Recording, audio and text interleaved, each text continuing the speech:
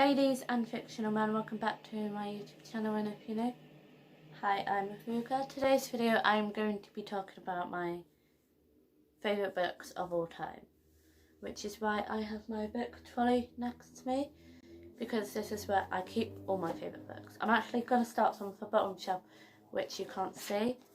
So, first book on there is Wonder by R.J. Palacio, and this follows August, who has, I don't think it's ever actually mentioned, but he has many things wrong with him. Not that there's anything like wrong, if that makes sense. I don't know how to explain it. But yeah, the book's just really, really good. And it doesn't just have August's point of view, it has his sister, I think his sister's called Miranda. I don't know. It has different people's point of view. And it kind of, by having that, it kind of explains how August, having the things that it does, how it affects other people. Ink Death, which is part of the Ink Heart trilogy, which is Ink Heart, Ink Spell, and Ink Death, all by Cornelia Funke. The reason for this is just because my dad bought me the first and the third book when I was little, and then I lost them, or I just got rid of them, and then I remembered about them, and then I bought myself the trilogy with my first ever paycheck. So yeah. Oh no, I think I just bought Ink Heart with my first ever paycheck. Anyway, I got one of them with my first ever paycheck. So it's just good memory, which is pretty much all of my favourite books. And then it's The Secret of Platform 13 by Eva Ibbotson. The reason why why this one is my favourite is because when I was younger, my favourite author was Eva Ibbotson. This is my favourite one. I'll just read you the blurb because I'm not quite sure what this one is about, because it's been years since I've read any of her books. Platform 13 at King's Cross Station hides a remarkable secret. Every 9 years, a doorway opens to an amazing fantastical island, and its occupants come visiting. But the last time the doorway was opened, the island's baby prince was stolen from the streets of London. Now 9 years later, a rescue party led by a wizard and an ogre is back to find him and bring him home. But the gentle prince seems to have become a spoiled rich boy, and he doesn't believe in magic, and he doesn't want to go home. Can they rescue him before the doorway disappears forever? The Kiss and Booth trilogy. So it's the Kiss and Booth, Going for Distance, and then I'm counting this as the third one. I think this one is an actual bigger book, but I have the World Book Day version, which is Road Trip.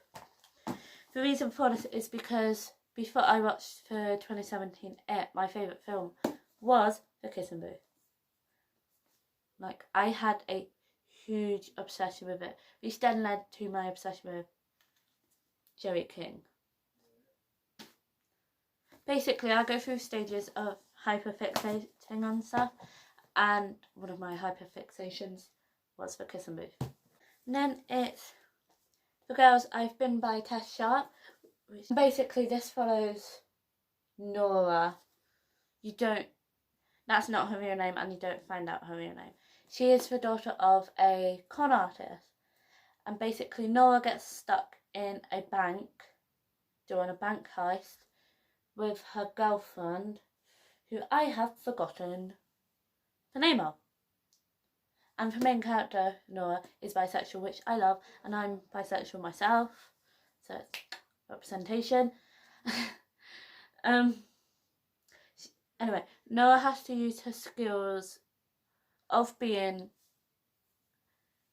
daughter of a con artist, so she has skills of a con. That does not make sense, but I've decided it does now. She has to use those skills to get them out of the situation, and it's just so cool. And then it's one of my other favourites is They Both Die at the End by Adam Silvera, which I believe I read this year. And This follows Mateo and Rufus. Basically, as it says in the title, they both die at the end. Basically, they get sent this message saying, you're gonna die today. So then they meet up, and then, yeah. It's a boy ex-boy. Romance, but not, it's not like a typical romance book. Yeah, no. One thing as much as I love this book, it made me cry also. One thing I didn't like is how it ended. I did not like how one of the characters died. I just thought there are better ways to go out. Not that like I plan how I want to go out, but like there are better. Perks of Being a Wallflower by Stephen Chbosky. I really wanted to read this book because I wanted to watch the film. So I told my dad, and my dad got me this book. And I read it, and I absolutely fell in love with it. And then, I'm not even joking, like, the day after, or like, pretty soon after I read the book, I watched the film. And I really liked the film. And I don't, but, however, as much as I love the film, for one thing I didn't like is the main character got sexually assaulted. And the film doesn't really delve into it at all. Of course, something about the film that's pretty cool is that I'm 99% sure Stephen Chbosky directed it, and he's the one that wrote this book, and I just love this book. I'm going to reread it. Oh, I also reread Curious Incident of the Dog in the Nighttime every single year. Same with Lord of Flies. I actually need to do that. Good Girl's Guide to Murder trilogy, plus this one as well, but day book. So, series then. This is all by Holly Jackson. It follows Pip, well Pippa, but everyone just calls her Pip. And I'm just gonna, oh no, this corner's folded. Oh no, it's coming apart. I'm gonna have to tape that. Follows her as she decides to pick a closed case to study for her A level, to solve for her A level, and it's just so good, and I love it so much. I also got to interview Holly Jackson for course that I have recently finished for sixth form. So yeah. So every time I see this trilogy, it just reminds me of the fact that I interviewed the author, and it just makes me love the book so much. And it's like, I'm legit gonna treasure these forever. I mean, who wouldn't? Wild Girls by Rory Power. This follows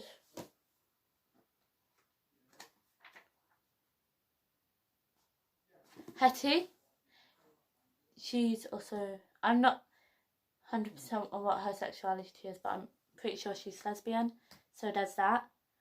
And I think the author is problematic. I'm not quite sure. I don't really pay attention. Not that I don't pay attention. When it comes to like problematic authors and wider problematic, I don't really pay attention to those. Not in like a mean way or get myself cancelled sort of way. It's just I never know who, and I don't know why, because I don't know. Yeah, I'm oblivious to all like the book talk drama sort of stuff. Anyway, basically, Hetty goes to Baxter School for Girls, and it's in quarantine because there's this illness called the tox, which basically turn people into plants. Pretty shit description.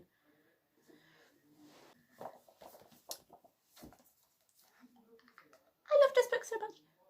Bound for Cat Returns by Yoi Huaraji. There you go.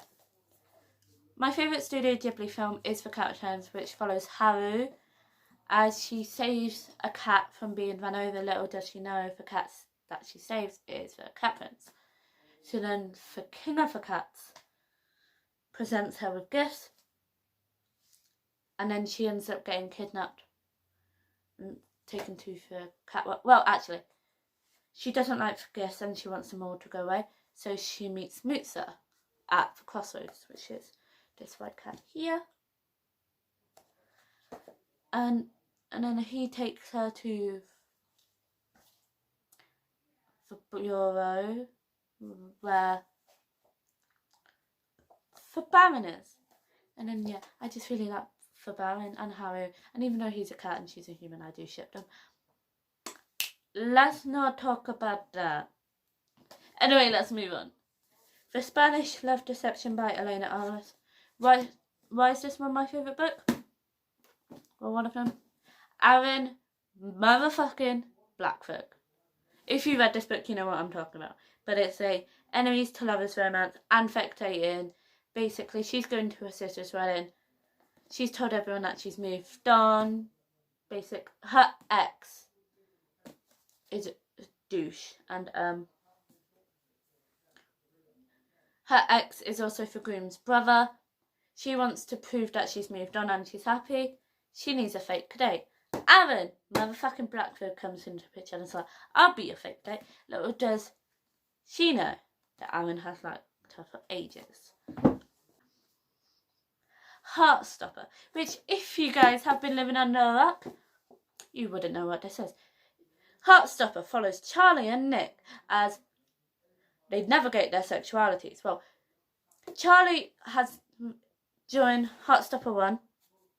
I've read them all. I originally read them on Webtoon, then I watched the show, and then I read this one, which is volume 1.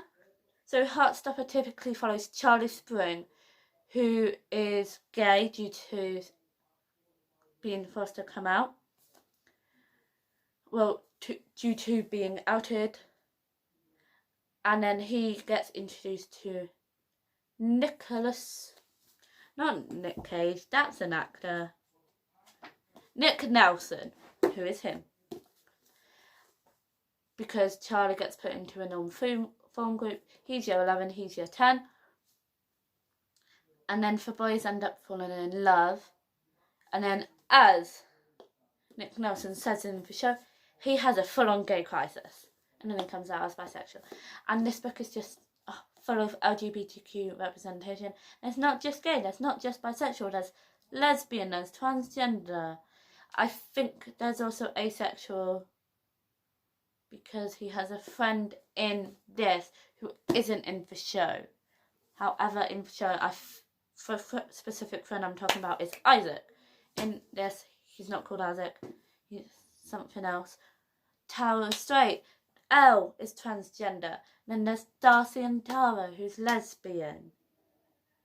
And then there's also iconic. I fully recommend Heartstopper. I also recommend the show because you will miss. If you don't watch it, you will miss iconic moments. For example, such as, I'm not homophobic, I'm an ally. Also, you just miss out on like really cute interactions. And like, yeah. I'm going to stop that because I will legit talk about this book for so long.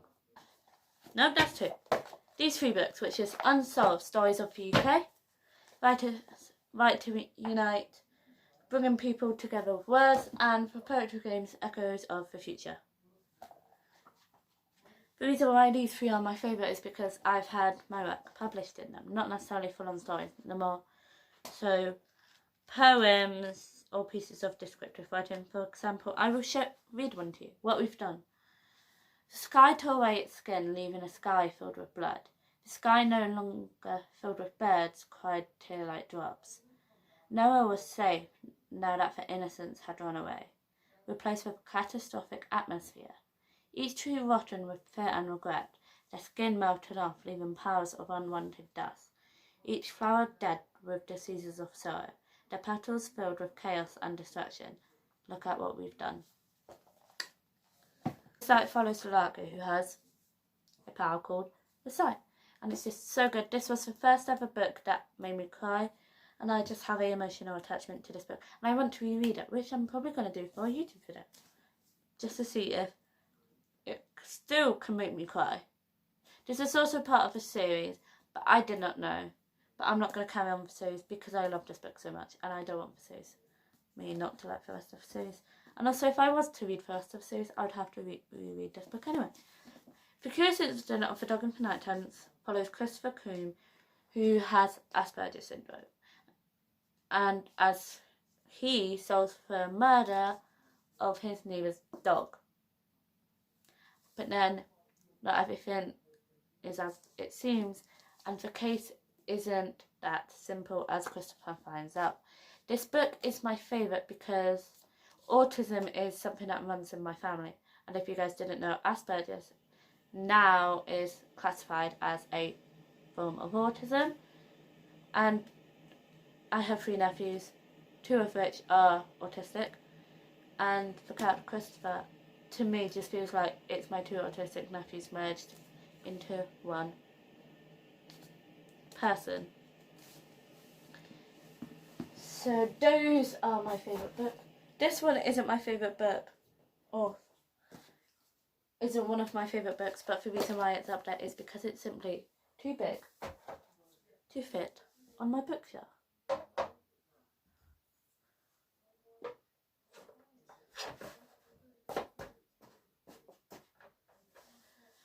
I hope you guys enjoyed this video. Don't forget to comment down below 1, what videos you want me to do, 2, who you want me to do a collab with, and 3 questions, and then I would happily do a Q&A video.